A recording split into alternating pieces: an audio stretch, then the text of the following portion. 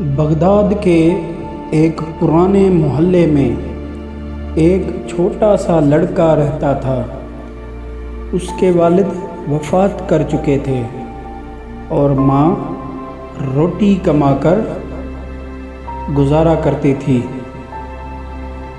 ایک دن وہ لڑکا رو رہا تھا۔ بہلول دانا ادھر سے گزرے۔ انہوں نے اسے دیکھا اور پیار سے پوچھا، بیٹا کیوں روتے ہو؟ لڑکا بولا، بہلول چاچا، سب لوگ مجھے مذاق اڑاتے ہیں کہ میرے پاس کپڑے نہیں، روٹی نہیں، اللہ مجھے کیوں بھول گیا؟ بہلول نے کہا، بیٹا اللہ کبھی بھی اپنے بندے کو نہیں بھولتا، کبھی وہ صبر سے آزماتا ہے، کبھی شکر سے، تم دونوں امتحان میں ہو۔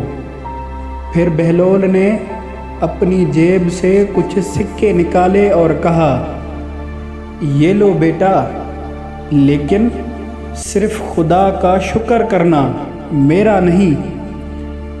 لڑکا خوشی سے مسکرایا اور بولا، اللہ کا شکر ہے، وہ مجھے بھول نہیں گیا۔ بہلول نے کہا، اب تم نے سبق سیکھ لیا۔